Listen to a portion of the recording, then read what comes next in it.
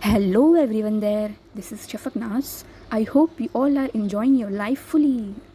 So today in this video we are going to learn about this poem Indian Weavers, written by a very famous poetess and great politician of modern India, Sarojini Naidu. Sarojini Naidu को Nightingale of India का title भी दिया गया है. सरोजिनी नायडू को Nightingale of India भी कहा जाता है क्योंकि उन्होंने इंडियन लिटरेचर, इंडियन पोएट में बहुत ही ज़्यादा कंट्रीब्यूशन किया है अलग अलग टाइप्स की पोएम्स लिखकर, और ऐसी पोएम लिखकर जो बहुत ही ज़्यादा डीप, और वो सब पोएम को गाया भी जा सकता है. इसलिए Sarojini Naidu very famous poet, politician of modern India and also called as nightingale of India. So ये पोएम जो है आपकी बहुत ही ज़्यादा छोटी सी है, 3 पैराग्राफ है. तो इस पोएम में इन्होंने हर इंसान के लाइफ के 3 इम्पॉर्टेंट स्टेजेस को बताया है. कौन कौन से 3 इम्पॉर्टेंट स्टेज होते हैं हर इंसान की लाइफ में? सबसे पहले तो उसका बर्थ, सेकंड उसकी शादी, और थर्ड डेथ. तो ये पोएम पढ़ते हैं फिर आपको पता चल जाएगा ह्यूमन लाइफ की स्टेजेस को कौन सी चीज़ से कंपेयर किया है. Let's begin. Okay, so I have written down the poem.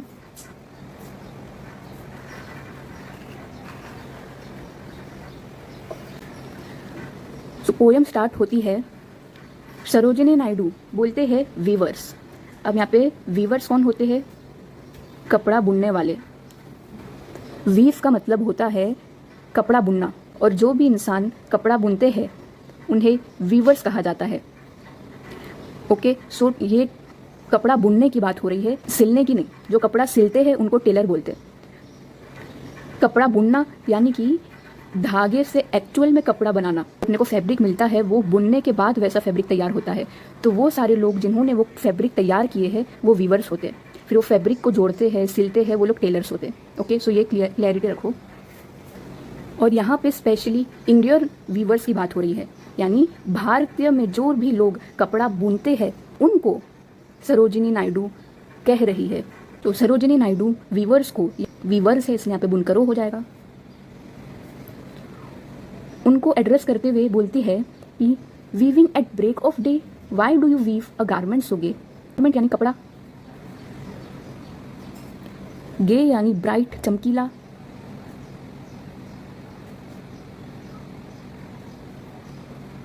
तो सरोजिनी नायडू कह रही है वीवर्स, तुम लोग दिन के शुरू होते ही बुनाई कर रहे हो, और तुम लोग इतना चमकीला, इतना ब्राइट कपड़ा क्यों बुन रहे हो? Blue as the wing of halcyon wild. ये कपड़ा बहुत ही ज़्यादा चमकीला ब्लू है. किसकी तरह? हेल्सियन यानी एक बर्ड होता है किंगफिशर, उसके विंग, उसके पंख की तरह. किंगफिशर के पंख की तरह ये कपड़ा इतना ब्राइट है. तो लास्ट की लाइन में वीवर्स लोग उनके क्वेश्चन का जवाब देते हुए कहते हैं we weave the robes of a new born child. Weavers लोग, बुनकर लोग क्या जवाब देते हैं कि हम जो पैदा होते हैं, जब उनको बांधने के लिए जो कपड़ा लगता है, तो वो कपड़ा हम बुन रहे हैं. सो फर्स्ट पैराग्राफ समझ गया. सरोजिनी नायडू वीवर्स लोग को बोलती है वीवर्स, तुम लोग दिन की शुरुआत होते ही इतना चमकीला कपड़ा क्यों वीव कर रहे हो? और ये कपड़ा तो बहुत ही ज़्यादा ब्राइट है, किंगफिशर के पंख की तरह ये कपड़ा ब्लू है और बहुत चमकीला है. तो वीवर्स लोग रिप्लाई करते हैं कि हम लोग एक न्यू बॉर्न बच्चे का कपड़ा वीव कर रहे हैं, बुन रहे हैं. सेकेंड पैराग्राफ, सेकेंड स्टेंजा में भी सरोजिनी नायडू वीवर्स लोगों को कहते हुए बोलती है weavers, weaving at fall of night, तुम अभी भी कपड़ा बुन रहे हो. फॉल ऑफ नाइट यानी कि शाम के time.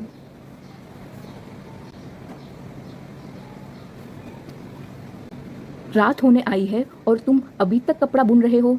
Y do you weave a garment so bright, और तुम ये कपड़ा इतना ब्राइट क्यों सी रहे हो? ब्राइट मतलब भी वही चमकीला. Like the plums of peacock, purple and green. और ये गारमेंट, ये कपड़ा कैसा है? पीकॉक के पंख की तरह पर्पल एंड ग्रीन है, बहुत ही ज़्यादा ब्राइट है. तो ये सवाल पूछती है कि तुम शाम में, शाम मतलब शाम ख़त्म हो गई है और उसके बाद जो रात आ रही है वो वाले टाइम की जब बात हो रही है. सो वीवर रिप्लाई करते हैं we weave the marriage veils of a queen, हम कौन सा कपड़ा सी रहे हैं जो इतना चमकीला है? हम एक क्वीन की शादी का घूंघट सी रहे हैं। वेल यानी घूंघट। ओके, सो ये पैराग्राफ भी बहुत ज़्यादा सिंपल है।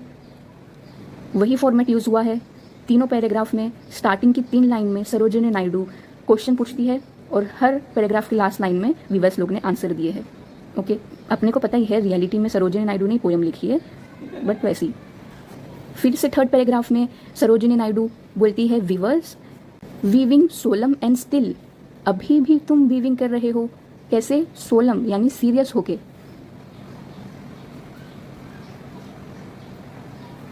और स्टिल मतलब शांति से। What do you weave in the moonlight chill. तुम क्या बुन रहे हो इतनी ठंडी रात में? चिल यानी कूल, ठंडा। मून लाइट यानी चांद की रोशनी पड़ रही है और माहौल एकदम ठंडा है, और तुम सीरियस होकर और शांति से क्या बुन रहे हो? और ये कपड़ा तो white as a feather and white as a cloud है। यानी ये कपड़ा कैसा है? फेदर की तरह, पंख की तरह वाइट है और बादल की तरह वाइट है। फिर वीवर लोग रिप्लाई करते हैं, we weave a dead man's funeral shroud. Dead इंसान का फ्यूनरल यानी वो लोग क्या रिप्लाई करते हैं? हम डेड मैन के अंतिम संस्कार का कफन बुन रहे हैं, जो बहुत ही ज़्यादा ब्राइट है, वाइट है, फेदर और क्लाउड की तरह। बहुत ही ज़्यादा छोटी और सिंपल पोयम है। इसमें जैसे कि मैंने बताई 3 अलग अलग कपड़ों की बात की गई है, 3 अलग अलग वक्त की बात की गई है, 3 अलग अलग स्टेजेस ऑफ ह्यूमन लाइफ की बात की गई है। तो 3 स्टेज ऑफ ह्यूमन लाइफ की कौन कौन सी बात की गई है? पहला birth, second marriage and third death. 3 time की कौन सी बात की गई है? सुबह सुबह, शाम का टाइम और ठंडी रात। 3 कपड़े की कौन सी बात की गई है? पहला छोटे से बच्चे को बांधने के लिए जो कपड़ा लगता है, रॉब। दूसरा दुल्हन की घूंघट का कपड़ा, और तीसरा कफन, डेड बॉडी के लिए। तो मैंने ये चार्ट बनाई हूँ जिससे आपको क्लियरली समझ जाएगा कि ये पोयम कितनी डीप है। तो देखो, पोयम में 3 different stage of human life की बात की गई थी, birth, marriage and death. Time में morning, evening, night. 3 different attire में रॉब, वेल, श्रॉड। और 3 डिफरेंट मूड कौन कौन सा? Happiness, second happiness and third sad and serious. तो अब होता क्या है, इंसान के लाइफ की शुरुआत कैसे होती है? बर्थ से। दिन की शुरुआत किससे होती है? मॉर्निंग से, है ना। तो लाइफ और टाइम को कंपेयर करके वीवर्स का मूड बताया गया है। बर्थ हुआ है बच्चे का, इसलिए उसने रॉब बनाया है बहुत ही ज़्यादा ब्राइट। तो इसलिए वीवर का मूड बहुत ही ज़्यादा हैप्पी है, खुश है। सबसे अच्छा स्टेज ह्यूमन लाइफ का कौन सा होता है? मैरिज। सबसे अच्छा टाइम दिन का कौन सा होता है? इवनिंग। इसलिए ज़्यादातर शादी इवनिंग में होती है। वीवर का मूड हैप्पी है, इसलिए वो वेल बना रहा है। लास्ट स्टेज कौन सा होता है इंसान की लाइफ का? डेथ। दिन का लास्ट स्टेज कौन सा होता है? नाइट। डेथ एक सैड चीज़ होती है, इसलिए वीवर सैड और सीरियस होके श्रॉड यानी कफन बना रहा है। सो समझ गए आप लोग? आप इसका स्क्रीनशॉट ले सकते हैं, इससे आपको आसानी होगी समझने में, ठीक है। तो बहुत ही ज़्यादा डीप है, छोटी है लेकिन बहुत ही ज़्यादा डीप थी ये पोयम। ओके, आई होप आपको ये पोयम समझ गई होगी। अगर आपको कुछ भी डाउट होगा, छोटा सा भी, तो मुझे कमेंट सेक्शन में पूछ लेना। ओके, हमने प्रीवियसली आपके फर्स्ट पोयम भी समझ ली है, तो अगर आपने वो वीडियो नहीं देखा है तो देख लीजिए। वर्ड टू वर्ड एक्सप्लेनेशन हो चुका है आपके फर्स्ट पोयम का।